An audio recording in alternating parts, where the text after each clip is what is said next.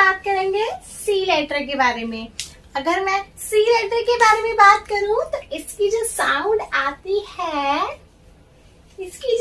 आती है वो क और ख से आती है। ठीक है बच्चों, जैसे कि देखो हम बोलते हैं CAT कैट, हम बोलते हैं कैट। ओके, इसके अलावा हम बोलते हैं CAKE केक, हम बोलते हैं केक। हम क और ख की साउंड मिलाकर सी की साउंड का बोलते हैं। ठीक है बच्चों, आज से आपको ध्यान रखना है कि सी की साउंड क और ख से आती है। तो कैट, केक और क्या हो सकता है बताओ? Cloud, cloud. ओके ठीक है, किसी को कोई कुछ पूछना है तो आप मुझसे पूछ सकते हो।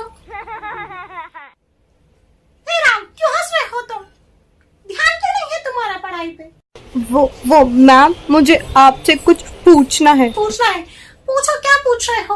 और हंसी बंद करो पहले अपनी।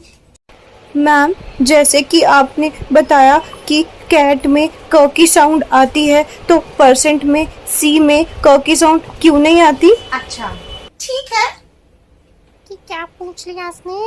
चलो मैं बताती हूँ तुम्हें, रुको। तुम पूछ रहे हो परसेंट, तुम पूछ रहे हो परसेंट। अच्छा, पूछ रहे हो परसेंट, तो परसेंट एक ऐसा अलग इंग्लिश का वर्ड है जिसे आपको परसेंट ही बोलना होता है। ठीक है, जैसे कि और शब्द मैं आपको बताती हूँ, जैसे कि एक है सर्टेन। अब इस सर्टेन, ये सर्टेन वर्ड भी एक अंग्रेजी का, इंग्लिश का अलग अक्षर है जिसमें तुमको उसको ऐसे ही बोलना होता है, वरना बाकी सारे जो अक्षर शुरू होते हैं सी से, उसको क और ख से बोलना होता है। ठीक है, समझ गए? और हे फैमिली, आप लोगों ने भी उस वीडियो में देखा कि जब हमें सिखाया जाता है कि सी की साउंड ख से आती है, कैट होता है, कप होता है, तो परसेंट में सी की साउंड स से क्यों आई? इस बात का भी जवाब किसी के पास नहीं होता है, हमारे पास नहीं होता है। चलिए वीकेंड के प्लेटफॉर्म में इसको भी सीखते हैं, एक ऐसा प्लेटफॉर्म जहां हमारे पास ट्रू एफर्ट्स और ट्रू डेडिकेशन हो, तो हम अपनी लाइफ में कुछ भी अचीव कर सकते हैं। और चलिए अब कुछ नया अचीव करते हैं। सी की साउंड देखें तो मेन जो सी की साउंड होती है वो ख से आती है, that means cap, cake, cloud, right. और हम क्या बोलते हैं? क्लाइम। आप सब देख रहे हैं इसमें क की साउंड ज्यादा आ रही है, राइट। बट परसेंट हो गया, फैंसी हो गया, इस तरह की वर्ड में क्यों सी की साउंड स से बोली जाती है? जो सी होता है वो क्यों स हो जाता है? सो इसका एक रूल होता है। रूल होता है कि अगर सी के आगे या पीछे कोई भी अल्फाबेट है जिसमें या तो ई या फिर आई या फिर वाई आ रहा है, सो उस कंडीशन में सी जो है वो एस हो जाता है। एग्जाम्पल देखें।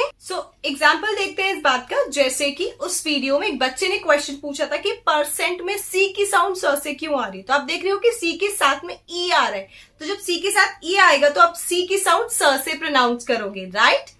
इसी तरह से फैंसी होता है। फैंसी में भी देख सकते हो सी के साइड में वाई आ रहा है, तो जब वाई आ रहा है तो सी की साउंड क नहीं होगी, फैन की नहीं होगी, क्या होगी? फैन सी होगी।